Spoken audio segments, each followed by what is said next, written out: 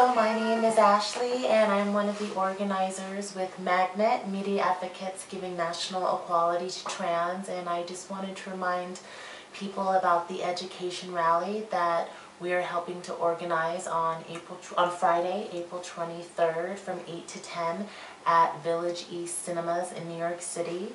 It is the opening night of the very problematic and controversial film Ticked Off with Knives.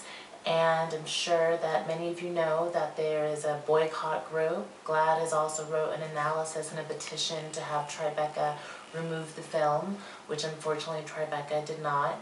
And there was a protest a couple weeks ago, and there's just been a lot of media attention on this issue because the trans community has had enough.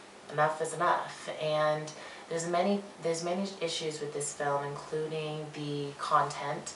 There is the pejorative in the title, Trannies. It is a very dehumanizing and stigmatizing. Also, there's just a lot of trivialization of violence against trans women, and violence is an epidemic in our community, and the way they handle it is very, very insensitive and irresponsible.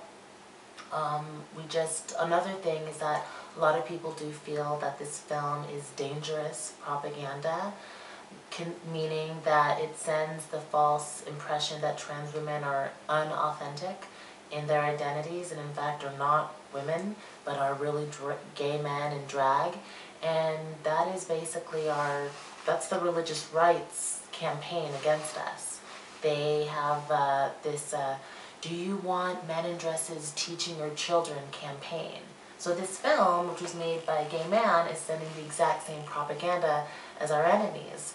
I can see Focus in the Family right now in one of their board meetings going, "Ha ha ha, it looks like this film is doing our work to slander trans Americans and deny them their equal rights. Looks like we have to do less work now." Seriously. This film, I've seen it in its entirety, unfortunately, and it's really that dangerous. And, and we're really also disappointed with Tribeca, not just the filmmakers, because if this film had the N-word in the title, or an anti-Semitic slur, or a misogynistic slur in the title, they would not present it. So it's really sad that our concerns, that trans people's concerns about depiction and well-being and oppression are not on par with other minorities. I guess we're at the bottom of the totem pole. And so we feel that that's inconsistent and double standards, and we would like the same anti-defamation protections other minorities have. So yeah, we don't know what possessed Tribeca to even present this film, but they're going ahead with it anyways, so we're just going to simply have an education rally. We may have not had the film removed like we really wanted, but at least we've been getting a lot of education out there. A lot of journalists have been very, very responsible, and they've been educating on our side of the story. However, there's been a lot of media outlets that have been very irresponsible. Like, they've been taking attention off the issue, and they've just been talking about, censorship. We are not advocating censorship. We're advocating responsibility and freedom of speech. However, like just today, one of the cast members wrote this very hateful article where he felt that, he's a man, he does not identify as a trans woman, but he's in the film, and he feels that he has the entitlement and the privilege to tell trans women what he, as a gay man, feels is okay to be offended by. He loves using the pejorative Trannie. He loves using that. He's a drag queen and he thinks it's funny, and he likes to mock us for his own gain. So he wrote this long, hateful article about why trans women have to be quiet and let our humanity be degraded. And we're saying, no, we don't have to be quiet. We have freedom of speech. So this education rally, we have a lot of great speakers. We have Melissa Sklarz. She's the director of the New York Trans Rights Organization. She's also the vice president of the Stonewall Democrats. We have Jay Callio from the Transgender Legal Defense and Education Fund speaking. We also have Elizabeth Rivera from Transcend Boston coming, and a couple more speakers. So we're also going to have a vigil as well, because there's been a few women that have been murdered in just the last 2 weeks alone, so we're going to be honoring them. And it's really just going to be a time for us to also pass out educational flyers to anyone who's going to see the film, so they can at least be informed of, a lot of people in trans communities rating, and GLAAD's rating, and Magnet's rating of the film.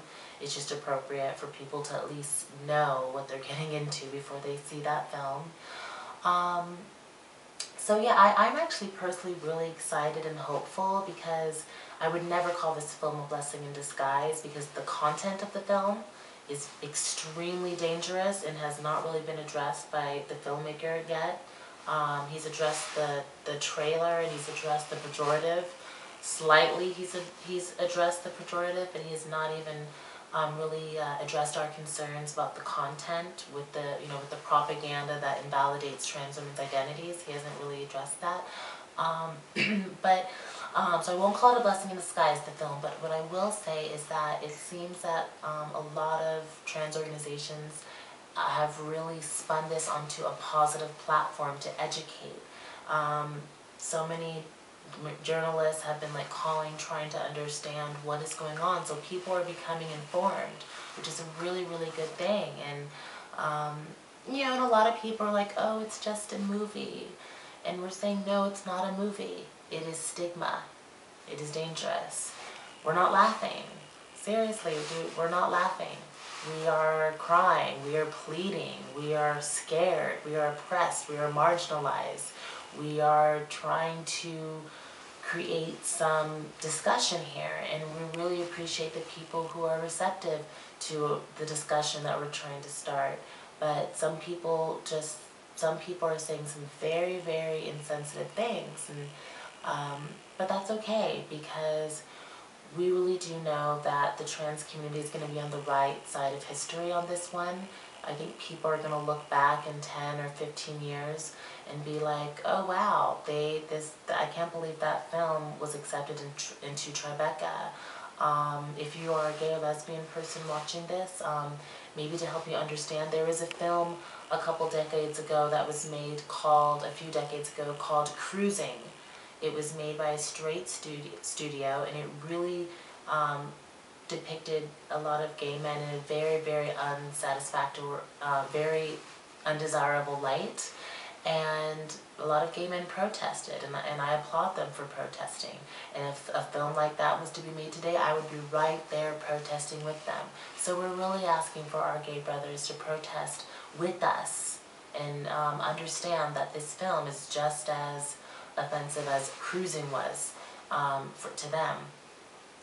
So please come to the educational rally.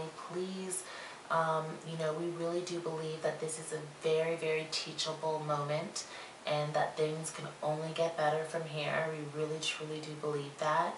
I personally would just like to say that I have a lot of admiration for a few of the actors in the film. Crystal and Erica are so beautiful and talented, and Calexis is so, she's fabulous. But this issue is not really so much with most of the actors. It's mainly about the filmmaker and just a society really that thinks it's okay to normalize pejoratives that are really, really offensive.